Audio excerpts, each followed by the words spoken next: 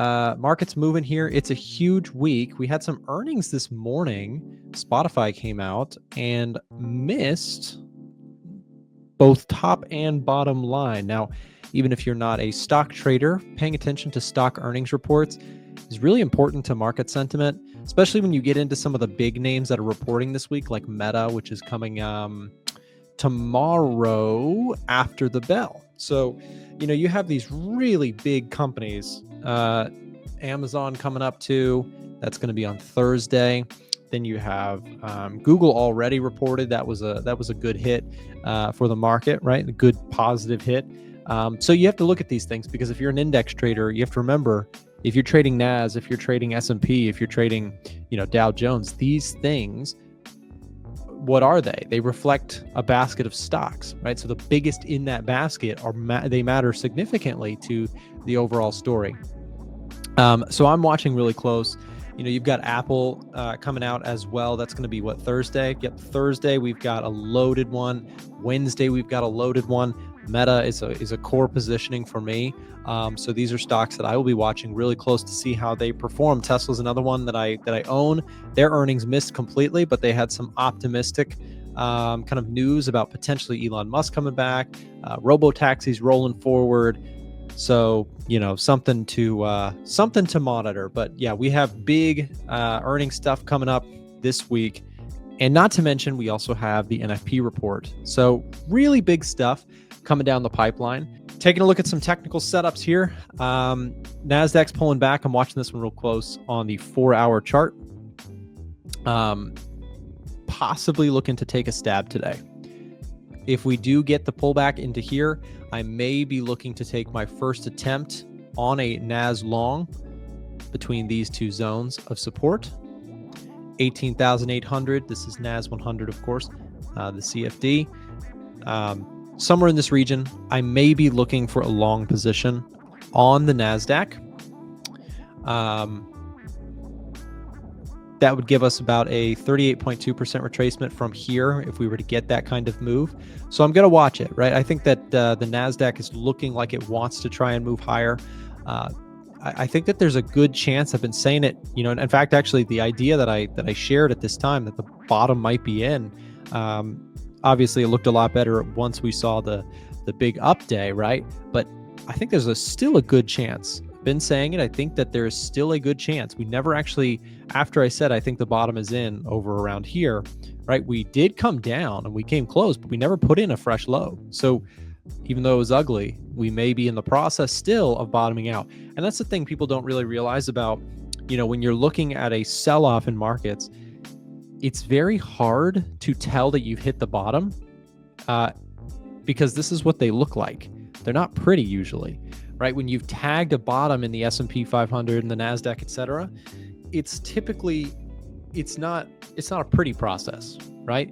It's kind of a tumultuous one. It's a violent one. You hit the bottom and then we rapidly retested it and then we shot up 10% in a day and then we lost half of those gains, put in a higher low, higher high, right? This is not a pretty, it's not like this, right? Where we just start to do this and we just kind of steady out. What has actually been the case is you had this big movement and then you're having this. That's what a bottom typically looks like. When you go back in time and you look at stock market sell-offs, that's the environment that you get at the bottom, is you get this violent churn, this back and forth kangaroo style looking chart. And then once the VIX chills out, then you start to get back into bull territory. Is that where we're headed?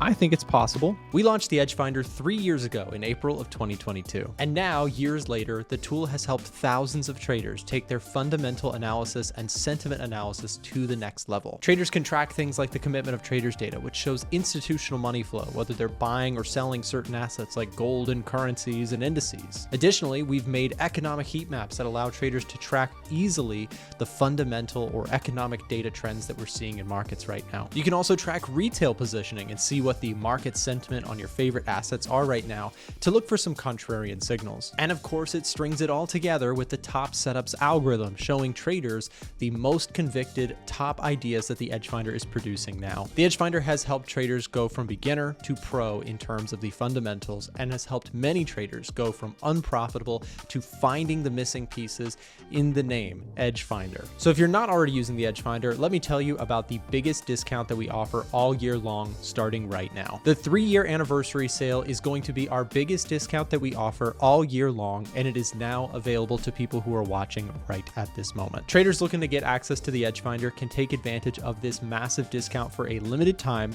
using the link in the chat being dropped right now or in the description of this live stream. If you've been thinking about getting a copy of the EdgeFinder, do not miss this opportunity. It is the lowest price that we do all year long, and it's a one-time payment to get access to the tool. So don't miss it. Celebrate 3 years with us by getting yourself a copy of the EdgeFinder at the super discounted prices. Thanks for watching. And now back to the show. And so we also see dollar index kind of stabilizing at least. I think this is pretty important to the story, right? If you're watching the dollar index, what's really key here is you don't really, like if you're talking like stock market related stuff, like indices, etc., stability wise, you really just want to see the dollar chill out and not go too far in one direction. If the dollar index is like ripping higher here, I guess that's arguably it's kind of strange, right? If the dollar's like plummeting, like if you get that move on the dollar, that is signaling that a recession is coming, right? Big time. Like if you get a plummet in the dollar, that's saying, oh, US recession is on the table. Whereas if you get this move, that's telling you markets may be worried about inflation.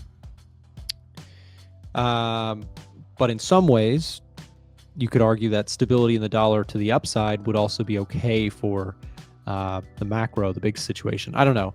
It's kind of tricky. I think what you really want if you're a stock market bull is something like this. You just want dollar to chill out, not go too far. You don't want it to plummet. Like people are saying, well, that would give you rate cuts. Well, yes, but you'd probably be entering into a recession. You don't want rate cuts. This is where people get it wrong. You don't want rate cuts because the economy is crashing. You want rate cuts because cooling inflation and the Fed can cut, right? There is 2 types of rate cuts. There's rate cuts where the Fed can cut, and the ugly one where the Fed has to cut, right? And this is where you say, if the Fed has to cut, dollar index just plummets, right? If the if the Fed can cut, but doesn't have any, significant urgency to cut interest rates, then what happens to the dollars relative to other currencies? This is why Forex is hard, right? Forex is hard because you have to consider not just the US, but you have to consider other countries as well if you're going to be a fundamentalist on Forex, right? So if you're looking at the euro, well, do they need to cut? Yeah, their economy is worse than ours, right? Growth-wise. Now, that could change over time with all the tariff drama. Who knows? But right now, the ECB has been cutting rates aggressively. So they're already cutting interest rates. They kind of have to, right? So if the Fed can cut rates but doesn't need to rush to do so, that's different than the ECB who has to, right?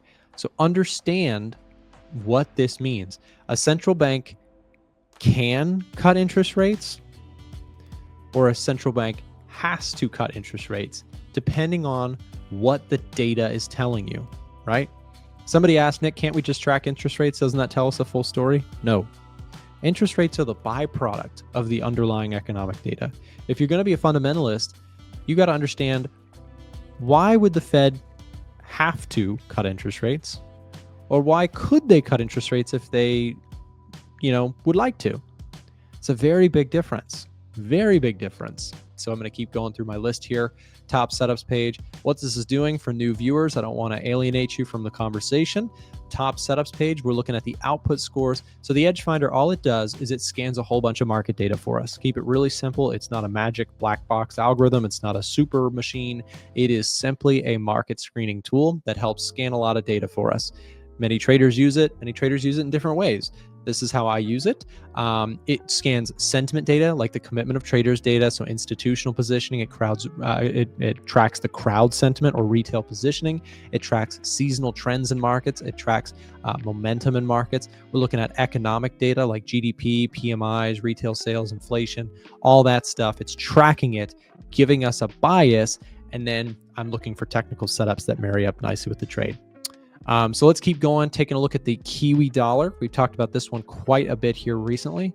If we pull up this one, NZD USD, you can see I've said this a couple times. I'll sound like a broken record. I'm looking for a move back down to like 5,800. Brings you to that 38.2% to 50% retracement. So again, a lot of trades out there for me, just not a lot like at execution level, but I'm very interested in a lot of these trades. So these are scenarios where I probably would take a position, given that the EdgeFinder score is still valid. Let's keep going. Pound dollar, taking a look at potential longs here as well. Really a bit stretched here for me. It's probably a 50% retracement from the lows to the highs. Yep, there it is. So if we get some sort of pullback on the bigger picture, I may establish a position long the pound. So watching that one as well. Take a look at Chinese stocks. So if we go up to our Chinese stocks here for a second, don't love this chart. We almost filled this gap here. Just don't love the chart there. Not really decisive trend. Looks like a mountain range. Taking a look at euro dollar here really quick. Pulling up euro dollar. So if we take a look at euro, same story to the pound. I'm interested in this one. An aggressive entry would be like 1.13. I'd like a little bit more if we got like 1.09. So I'm watching for discounts on the euro if we do get them. Australian dollar, let's pull that one up. We're going rapid fire here today. Aussie dollar just didn't quite break this with enough conviction. If we get this kind of move, breakaway, pullback, I'm very interested. But again, confirmation from the EdgeFinder. Technicals look okay on that one too. Take a look at Bitcoin with me here. Let's pull that one up. So Bitcoin sitting at resistance, would either be interested in longs around here or a break and retest here. So both scenarios, I like Bitcoin to the long side. Take a look at the DAX. Let's pull that one up. So the DAX kind of looks like UK 100, looks like Chinese stocks as well. These are global equities. Pullbacks probably more interesting than not. I don't love the idea of buying it here. I think it's a little bit stretched. The upside may have some room to pull back. Taking a look at dollar Swiss franc here. Let's pull that one up.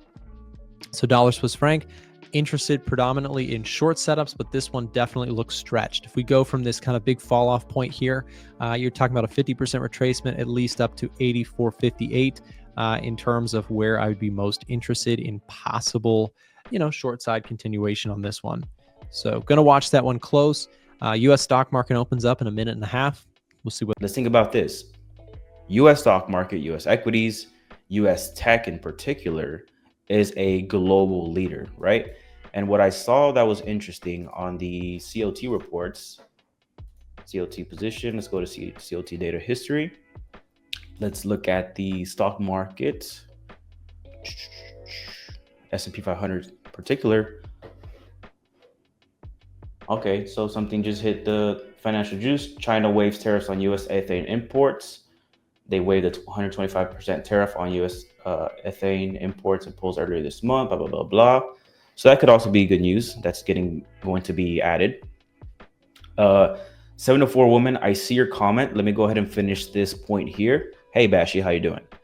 So one thing I saw that was really interesting on the stock market, right? And I'm going to say this and I'm going to transition into something else. But one thing that I saw, I wonder if I can see specifically. Okay. April 18th, 2025 stock market. We see that a lot of long contracts were moved. 66,000 long contracts were taken away from the stock market.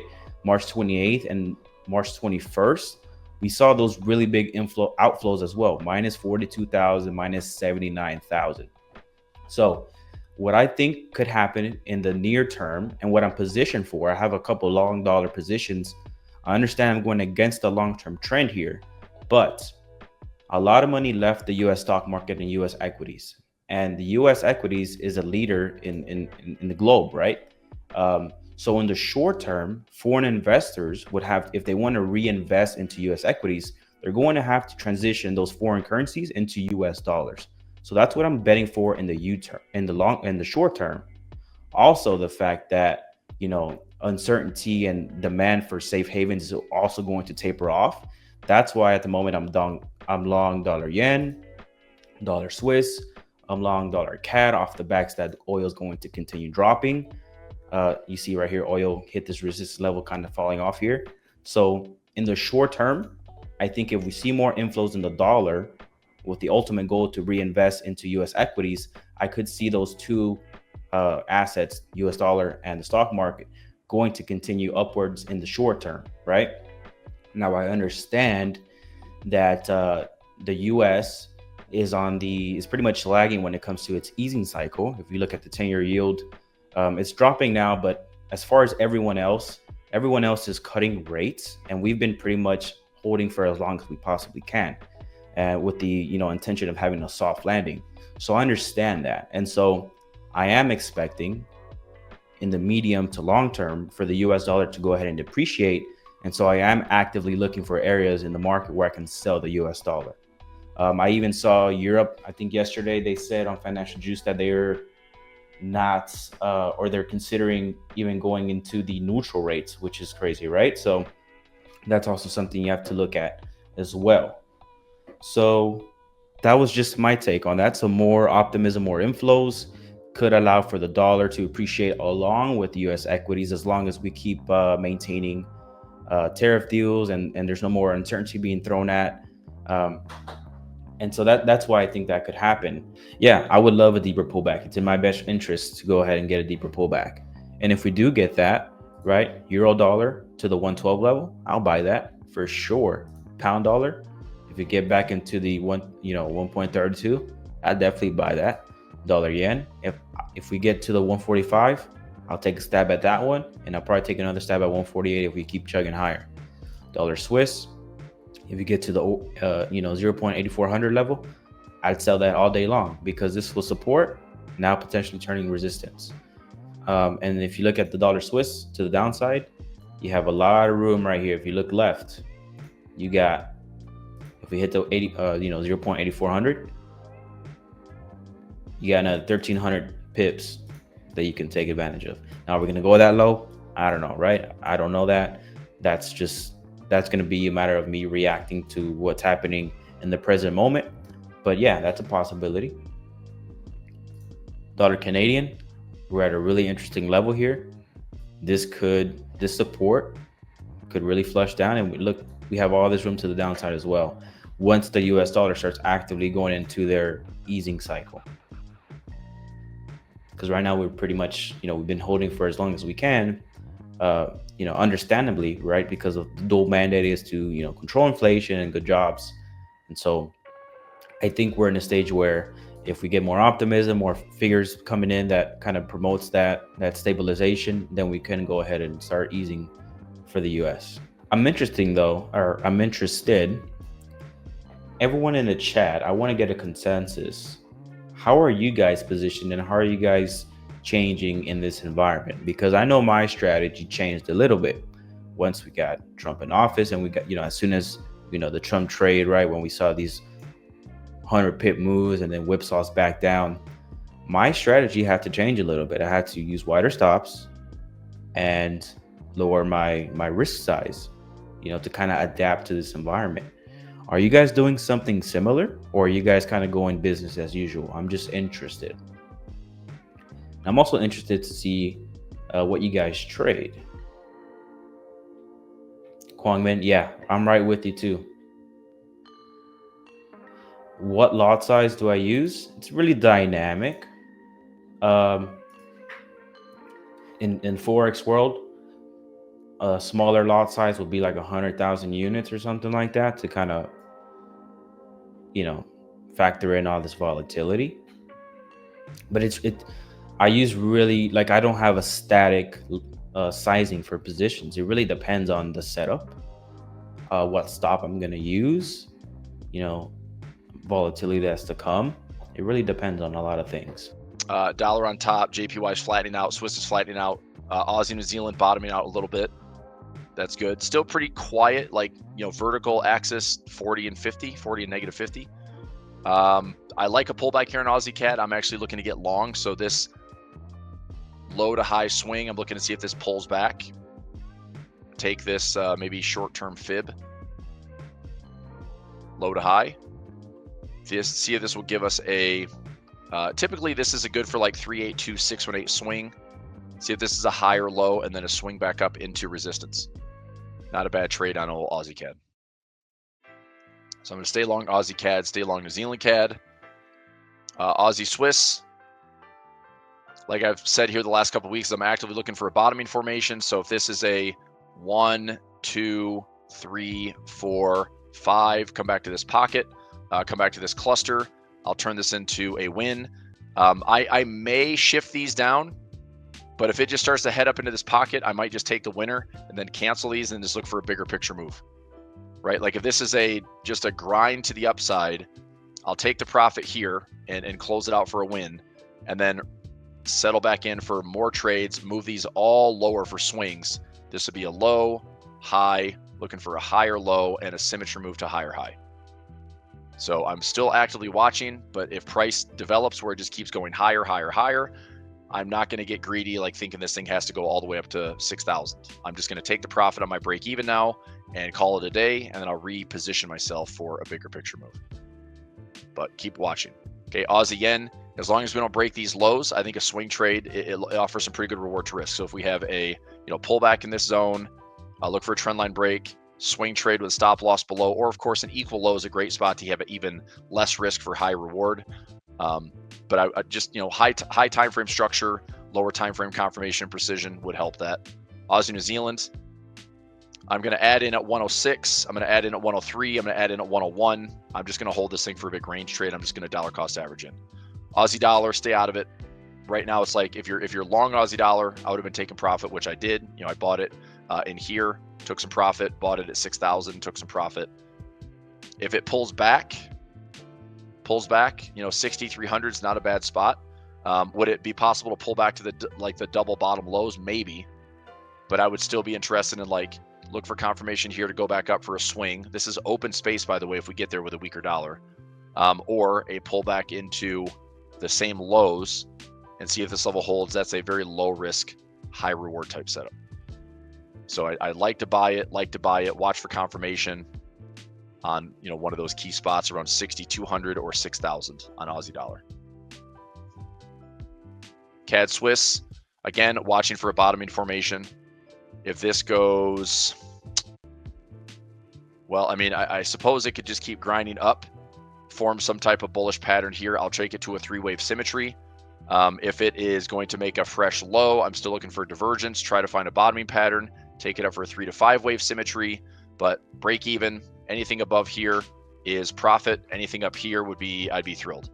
My initial target on this one was 7,000, and I've just made the adjustments. My break evens, lower, obviously, breaking a trend line. That might be another spot too to watch for, is just wait for this trend line to break. And if it takes time to bottom in, fine. Like this can be choppy, make some fresh lows, look for some divergence, but on the right-hand side of the trend line, probably looks a little bit better for recovery. AR Capital, definitive statements are my least favorite.